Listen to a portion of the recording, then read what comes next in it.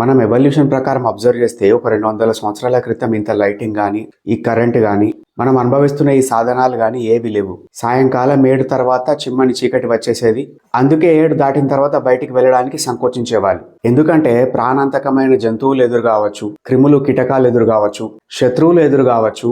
ఆ టైం లోపల ఎటువంటి విజువల్ క్యూస్ ఉండవు కాబట్టి ఏదైనా డిఫికల్ట్ టెరైన్లకు వెళ్ళిపోయి ప్రమాదానికి గురే అవకాశం కూడా ఉంటుంది కాబట్టి మనకు ఆటోమేటిక్గా మనకు తెలియకుండానే ఒక భయం అనేది మన మైండ్ లోపల డెవలప్ అయిపోయింది. ఒక రకంగా నెక్టోఫోబియా అనేది మన సర్వైవల్ ఇన్స్టింక్ట్ లోపల ఒక మేజర్ పార్ట్. క్రానిక్ ఫియర్ అనేది యాంగ్జైటీకి, స్లీప్లెస్నెస్కి, ఇన్సోమ్నియాకి, రకరకాల అవాంతరాలకు కారణమవుతుంది. ఈ ఫియర్ ఆఫ్ డార్క్నెస్ అనేది మన డిఎన్ఏ లోపల ఎన్కోడ్ అయినప్పటికీ కూడా మనం దీన్ని కాగ్నిటివ్ బిహేవియర్ థెరపీ ద్వారా, టాక్ థెరపీ ద్వారా, ఆ భయాలను రేషనల్గా అడ్రస్ చేయడం ద్వారా మనం కొంత తగ్గించవచ్చు. సిస్టమాటిక్ డీసెన్సిటైజేషన్ అనే ఒక చిన్న పద్ధతి ఉంటుంది. దాని ద్వారా మనం మెల్లమెల్లగా చీకటికి ఎక్స్పోజ్ అవుతూ చీకటి గురించి ఉన్న భయాలను తొలగించుకోవచ్చు. చీకటి పట్ల విపరీతమైన భయం కలగడానికి ఒక రకంగా తల్లులు, తండ్రులు కారణమవుతూ ఉంటారు. వాళ్ళు చీకట్లోకి వెళ్తే బూచోడు ఉంటాడని, దయ్యం ఉంటుందని, కాముడు భూతం ఉంటుందని, డెవిల్ ఉంటాడని, సైతాన్ ఉంటుందని రకరకాల పేర్లతోటి వీళ్ళ లోపల భయాన్ని చూపిస్తారు.